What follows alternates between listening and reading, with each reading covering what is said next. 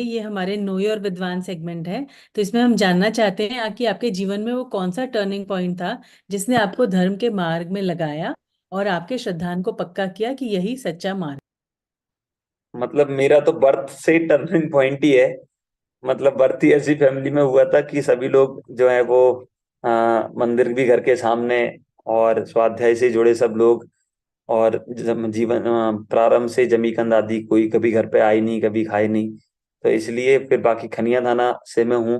तो फिर खनिया दाना जगह ही ऐसी है जहाँ माहौल हमेशा धार्मिक रहता है।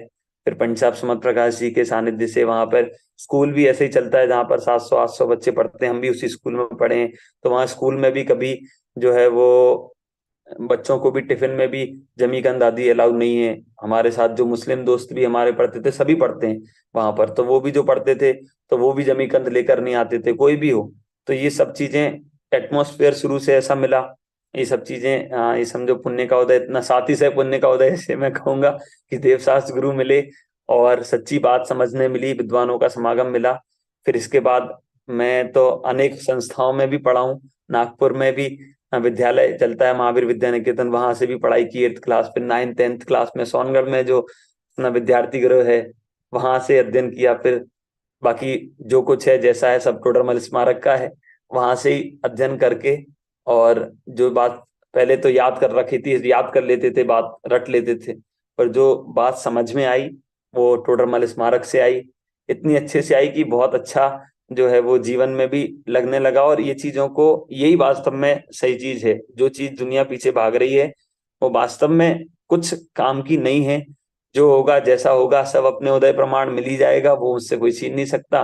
और जो नहीं है वो कोई दे नहीं सकता। इतनी अच्छी बात जिनवाणी की, सब चीजें समझ में आई, और उसको जीवन में अपनाने की जो भावना टोडरमल स्मारक से मुझे उत्पन्न हुई, तो वो बहुत अच्छी मेरे लिए हितकारी है और सभी के लिए भी होगी।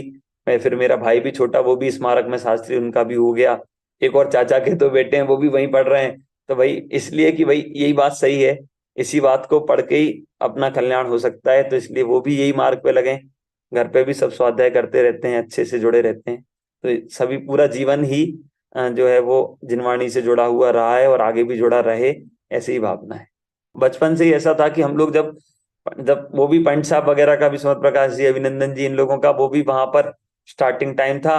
और हम लोग भी छोटे छोटे थे, तो हम तो फर्स्ट क्लास से, ये समझो आप, पंच साहब ने हमें इंग्लिश पढ़ाते थे, सुमत प्रकाश जी और अभिनंदन जी हिंदी पढ़ाते थे। ऐसे करके हम लोग, मतलब पूरा अच्छा एटमोसफेयर ऐसा रहा।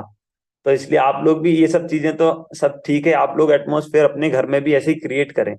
आप लोग जुड़े हो, पर आप लोग ही सिर्फ जुड़े रह जाओ ऐसा नहीं, है ना। तो इसलिए सबसे सब आप लोग कोई ना कोई बहाना बना के या कोई ना कोई और प्रलोभन देके सबको इसमें कनेक्ट करें, क्योंकि ये जो मार्ग है ना, ये अकेले आनंद लेने का नहीं है।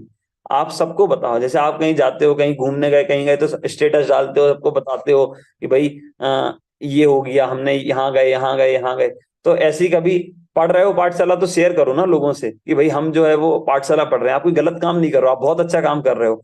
तो इसलिए दूसरे लोगों से शेयर करो कि भाई हम ये शिविर है, हम इसका लाभ ले रहे हैं। हम जो है वो ये क्लास पढ़ रहे हैं, तो ये दूसरों से शेयर करो।